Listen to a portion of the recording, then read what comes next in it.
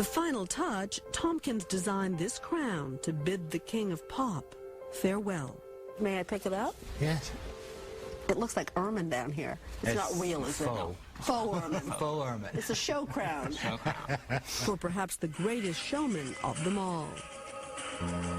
You can't help but think he would have loved seeing his children proudly carry that crown. When the casket was brought in at Forest Lawn into the service, Prince and Paris and Blanket lifted and put it on the center of the flowers on the coffin. Well, that must have been a moment. Definitely. Yeah. This is the first time Tompkins, Faye, and Bush have talked about their employer and friend. So, Karen, tell me about the first time you met him. I met him in the summer of 1982. Just a little bit softer. She'd been called in to do his hair and makeup for the cover of Thriller, which would become the biggest-selling album of all time. And he'd brought along a surprise, a baby tiger. I was more fascinated with that tiger than I was with him.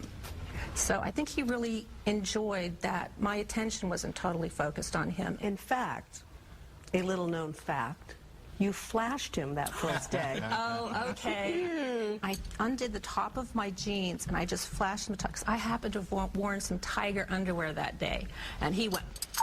And he was just so embarrassed by that. And I quickly buttoned it up, but I think that's why he called me back the next job.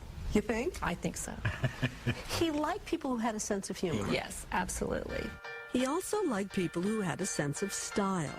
For more than 2 decades, the majority of Jackson's most memorable outfits came out of the workshop run by Dennis Tompkins. If you had to sum up his style, what was it? Liberace has gone to war. Liberace has gone to war. There you go. And I said that's pretty good. His genius as an artist is unquestioned, but we wanted to know about the persistent rumors that followed him. There's been a lot of talk about whether or not he was abusing drugs. Nobody was in a more intimate position than the three of you to know. Kind of popular wisdom was that after the Pepsi commercial, where his hair caught on fire, he had to take painkillers. That's not true.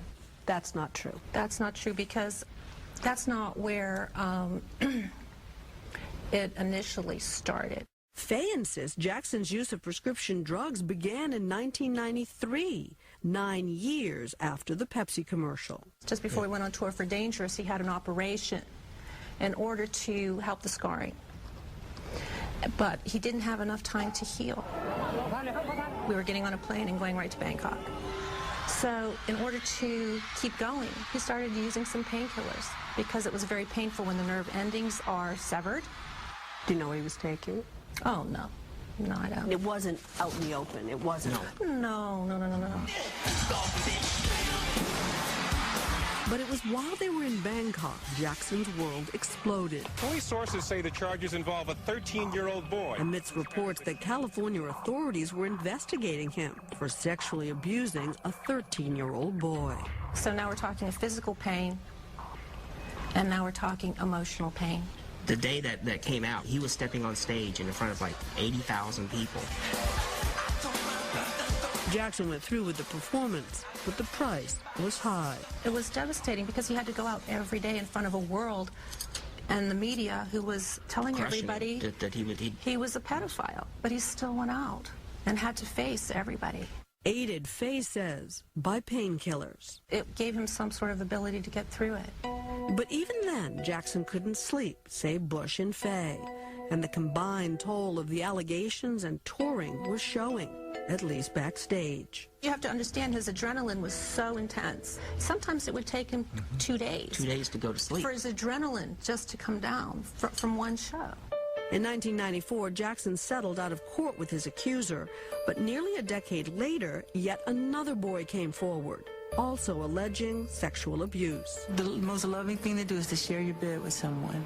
That remark from a British documentary was so incendiary, it fueled Jackson's prosecution. You say the word bed, a lot of people think sexual, and that was the farthest thing from Michael's mind. I mean, we would go do an award show, you come back, everyone jumped on the bed with 15 people on a bed watching the show or cartoons or whatever movie he had to show. You never saw, you never heard anything in the course of a 25-year relationship that made you think that Michael Jackson was a pedophile? No. Nothing. No. Nothing. I absolutely feel I would have seen something over the years, but not a thing. Not guilty. A dramatic victory for Michael Jackson. And after a 3.5-month trial, Jackson was acquitted, though the taint of the accusation continued to linger. Tonight, for the first time, his friends reveal how devastating the trial was for him.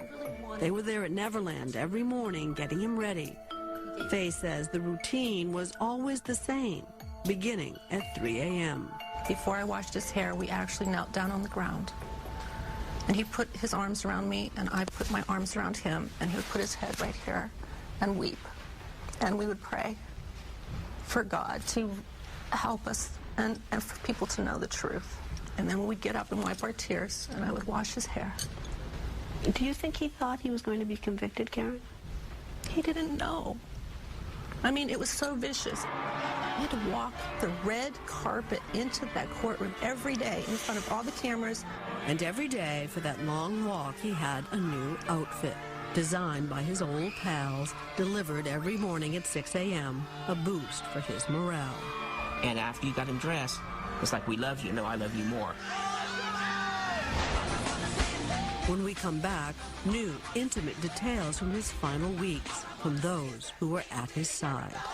Did you think that he was vulnerable enough that he might die? Yes. Yes. Yes.